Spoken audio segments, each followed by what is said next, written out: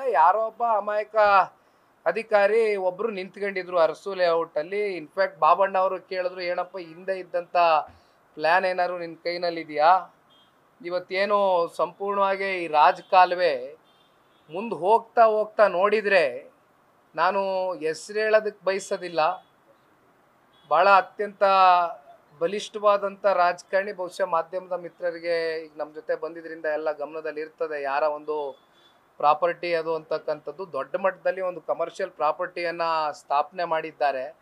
ಅದನ್ನು ಸ್ಥಾಪನೆ ಮಾಡ್ತಕ್ಕಂಥದ್ದಕ್ಕೆ ಸಂಪೂರ್ಣವಾಗಿ ರಾಜಕಾಲುವೆ ಹೋಗ್ತಾ ಹೋಗ್ತಾ ಹೋಗ್ತಾ ಎಲ್ಲಿದೆ ರಾಜಕಾಲುವೆ ಅಂತ ನೋಡಿದರೆ ಸಂಪೂರ್ಣವಾಗಿ ನ್ಯಾರೋ ಡೌನ್ ಆಗಿದೆ.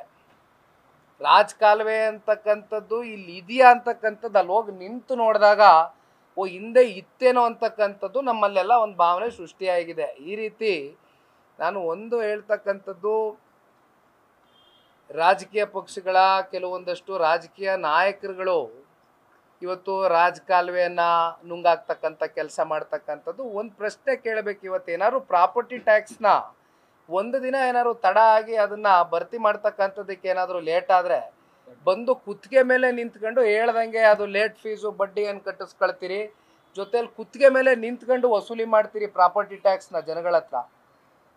ಆದರೆ ಅದಕ್ಕೆ ಪೂರಕವಾಗಿ ನೀವೇನು ಮಾಡ್ತಿದ್ದೀರಿ? ಕೆರೆಗಳು ನುಂಗಾಕಿದ್ದೀರಿ, ರಾಜಕಾಲುವೆಗಳ ಮೇಲೆ ಏನೋ ಸರ್ಕಾರಿ ಶಾಲೆಗಳು ಕಟ್ಟಿದ್ದೀರಾ, ಸರ್ಕಾರಿ ಆಸ್ಪತ್ರೆಗಳು ಕಟ್ಟಿದ್ದೀರಾ, ದೇವಸ್ಥಾನಗಳ ನಿರ್ಮಾಣ ಆಗಿದೆಯಾ?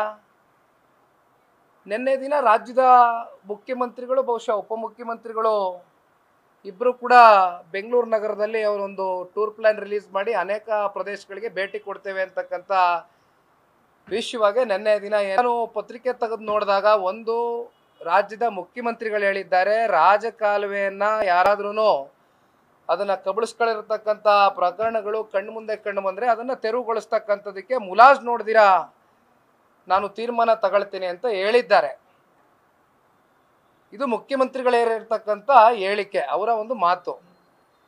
ಆದರೆ ಯಾರ್ಯಾರು ರಾಜಕಾಲುವೆಯನ್ನು ಇವತ್ತು ಕಬಳಿಸ್ಕೊಂಡಿದ್ದಾರೆ, ಅಲ್ಲಿ ಈ ಥರ ಕಮರ್ಷಿಯಲ್ ಕಾಂಪ್ಲೆಕ್ಸ್ಗಳು ಬಿಲ್ಡಿಂಗ್ಗಳು ಕಟ್ಕೊಂಡು ಇದು ಆಫೀಸ್ ಬಾಡಿಗೆಗಳು ಕೊಟ್ಕೊಂಡಿದ್ದಾರೆ, ನಿಜಕ್ಕೂ ಕೂಡ ಅವ್ರನ್ನೆಲ್ಲ ನೀವು ತೆರವುಗೊಳಿಸ್ಲಿಕ್ಕೆ ಆಗ್ತದ?